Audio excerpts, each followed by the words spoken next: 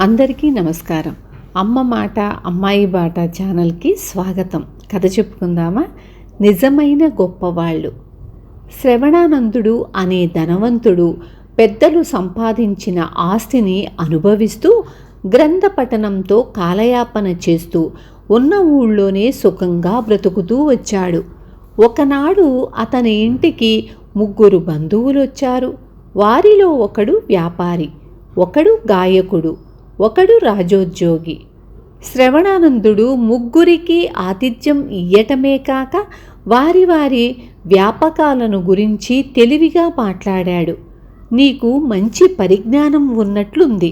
మా ముగ్గురిలో ఎవరు గొప్పవాళ్ళో చెప్పగలవా అని వాళ్ళు శ్రవణానందుణ్ణి అడిగారు. గొప్పతనానికి వీరు వారు అని ఏమున్నది? బ్రతికినన్నాళ్ళు సంతోషంగా ఉండగలిగిన వారంతా గొప్పవాళ్లే. జీవితానికి సంతోషమే కదా ముఖ్యం అన్నాడు శ్రవణానందుడు. అలా అనకు. ఎందరికో వ్యాపారం చెయ్యాలని ఉంటుంది. మరి అందరూ గొప్ప వ్యాపారులు కాగలరా అని వ్యాపారి అడిగాడు. అలాగే గాయకుడు, రాజోద్యోగి తమ ప్రత్యేకతలను గురించి చెప్పుకున్నారు. శ్రవణానందుడు నవ్వి, ఆ మాటకు వస్తే మీలో గొప్పతనమేమీ లేదు. నేను మీ ముగ్గురిని మీ వ్యాపకాలలో మించగలను అన్నాడు. అతని బంధువులకి మాటలు సవాలుగా తోచాయి.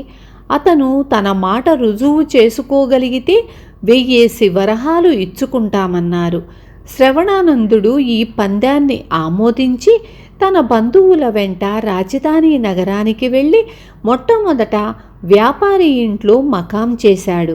వ్యాపారికి ఎన్నో దుకాణాలున్నాయి. వాటిలో కూరగాయల దుకాణం కూడా ఉంది. శ్రవణానందుడు వ్యాపారి దుకాణం నుంచి గంపెడు వంకాయలు తీసుకుని వేరే కూర్చున్నాడు. అతను కొనవచ్చిన వారికి అందరికన్నా వంకాయల ధర హెచ్చుగా చెప్పసాగాడు. ఇతరుల కన్నా ధర హెచ్చు చెబుతున్నావేం అని అడిగిన వారికి శ్రవణానందుడు నాణ్యాన్ని బట్టి ధర ఉంటుంది. ఇతరులు అమ్మే సరుకే అయితే నేనెందుకు హెచ్చు ధర చెబుతాను? నా సరుకు అందరూ కొనేది కాదులేండి. ధనగుప్తుడు గారు ఎప్పుడూ నా దగ్గరే కొంటారు అనేవాడు. అది అసలే ధనికులు కొనుక్కునే బజారు.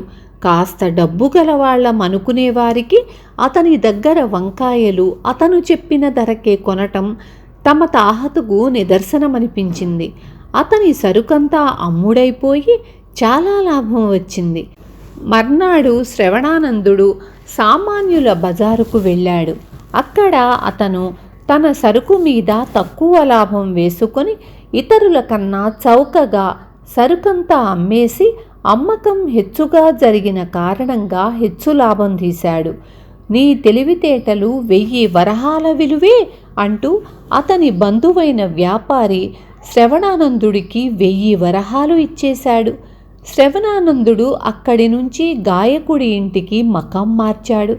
అక్కడ అతను రోజూ గాయకుడి వద్దనే సంగీతం అభ్యసిస్తూ రోజూ సాయం సమయాలలో ఎక్కడికో వెళ్ళి వస్తూ ఉండేవాడు.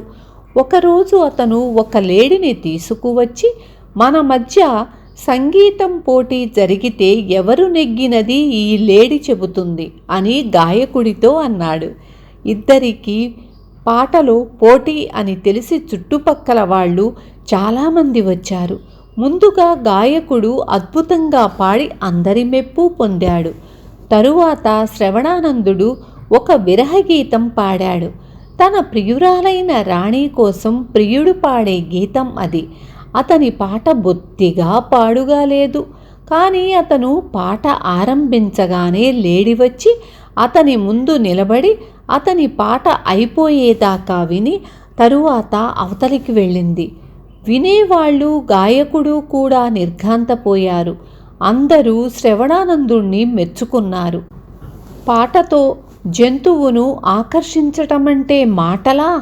గాయకుడు శ్రవణానందుడికి 1000 వరహాలు ఇచ్చుకుంటూ మృగాన్ని కూడా నీ పాటతో ఎలా ఆకర్షించావు అని అడిగాడు. ఇందులో పెద్ద విశేషమేమీ లేదు. నేను లేడికి అర్థమయ్యే పాట పాడాను. దాన్ని ముందుగా తయారు చేశాను. దాని పేరు రాణి. తన పేరు విని అది నా ముందుకు వచ్చింది అన్నాడు శ్రవణానందుడు. అక్కడి నుంచి అతను రాజోద్యోగి ఇంటికి వెళ్ళి, నీకు రాజు చేత మంచి బహుమతి ఇప్పించగలను అన్నాడు. అతను ఆ మాట అన్నందుకు రాజోద్యోగికి కోపం కూడా వచ్చింది. శ్రవణానందుడు రత్నం ఒకటి కానుకగా తీసుకుని మంత్రిగారి ఇంటికి వెళ్ళి ఆయనకు దాన్ని బహూకరించాడు. మంత్రి సంతోషించి, నా వల్ల మీకు ఏమి సహాయం కావాలి అని అడిగాడు. నాకు ఒక విఘడియ పాటు రాజదర్శనం చేయించండి అన్నాడు శ్రవణానందుడు. మంత్రి అతన్ని మర్నాడు సభకు రమ్మన్నాడు. శ్రవణానందుడు మంత్రి వద్ద సెలవు పుచ్చుకొని ఒక ప్రసిద్ధ కవి వద్దకు వెళ్ళి అతనికొక బంగారు కానుక ఇచ్చి మహారాజును పొగుడుతూ ఒక పద్యం రాయించి పుచ్చుకున్నాడు. మర్నాడు అతను రాజసభకు వెళ్ళి రాజుకు నమస్కరిస్తూ ఆ పద్యం చదివాడు. రాజు చాలా ఆనందపడి, ఎవరు రాశారు ఈ పద్యం అని శ్రవణానందుణ్ణి అడిగాడు. దానికి శ్రవణానందుడు, కవి ఎవరో తెలియదు మహారాజా, కానీ మా బంధువు ఒకడు తెల్లవారి లేచి ఈ పద్యం చదివి గాని ఏ పని ప్రారంభించడు. ఈ పద్యం విన్న మీదటనే నాకు తమ దర్శనం చేసుకోవాలని బలమైన కోరిక కలిగింది. నా కోరిక ఫలించింది అన్నాడు. శ్రవణానందుడి బంధువు తన కొలువులోని వాడేనని తెలిసి రాజు వెంటనే అతని జీతం పెంచమని ఉత్తరువిచ్చాడు. రాజోద్యోగి శ్రవణానందుడికి సంతోషంగా 1000 వరహాలిస్తూ, నువ్వు నాకు చేసిన మేలుకు ఈ బహుమానం చాలదు అన్నాడు. తరువాత 3 బంధువులు శ్రవణానందుడితో, నీలో ఇంత శక్తి ఉండి ఆ మారుమూల పల్లెటూళ్ళలో నివ్వురు కప్పిన నిప్పులాగా ఎందుకుంటావు? మా మాట విని రాజధానికి వచ్చేయి, ఇక్కడ నీ తెలివితేటలు అఖండంగా రాణిస్తాయి అన్నారు.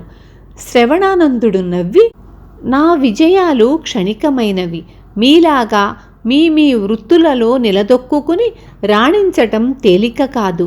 మీకన్నా నేను నిజంగా గొప్పవాణ్ణి కాలేను, కానీ నాకు కావలసినది విజ్ఞానం సంపాదిస్తూ జీవితం సంతోషంగా గడపటం. అది మా ఊళ్ళో నాకు సాధ్యమే అన్నాడు. అతని వినయం చూసి అందరూ సంతోషించారు. విన్నారు కదా. రేపు మళ్ళీ ఇంకొక మంచి కథతో మీ ముందుకొస్తాను.